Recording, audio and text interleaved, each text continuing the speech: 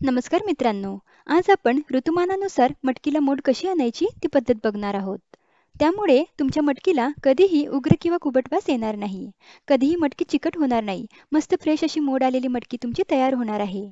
ही पद्धत तुमच्यापैकी बऱ्याच जणांना माहीत असेल, पण त्यांना देखील व्हिडिओमध्ये मध्ये-मध्ये छोट्याशा पण महत्त्वाच्या अशा टिप्स दिल्या आहेत. त्याचा नक्कीच फायदा होईल.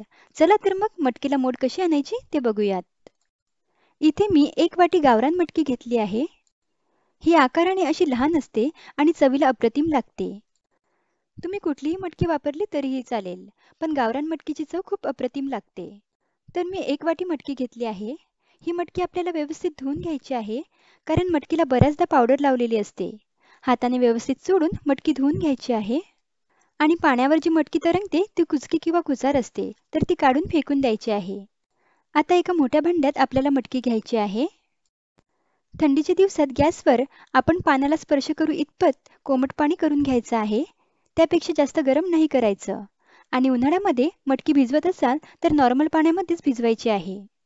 हे कोमट झालेलं पाणी आपण या मटकीमध्ये टाकूयात. तर हे बघा, व्यवस्थित पाणी आपण याच्यामध्ये टाकलेलं आहे. तर आता दुपारी 2 वाजता मी मटकी भिजायला टाकली आहे. तर 6 तासानंतर पहा, मटकी छान भिजून डबल झाली आहे. तर यामधील पाणीसुद्धा काढून फेकून द्यायचं आहे आणि स्वच्छ पाण्याने पुन्हा 2 वेळेस मटकी धुवून घ्यायची आहे, जेणेकरून मटकीला उग्रवास येणार नाही आणि मटकी चिकट देखील होणार नाही. आता हे पाणी काढून मटकी निथळून घ्यायची आहे. आपल्याकडे मोदकाची किंवा पुरणाची चाळणी असते, ती घ्यायची आहे.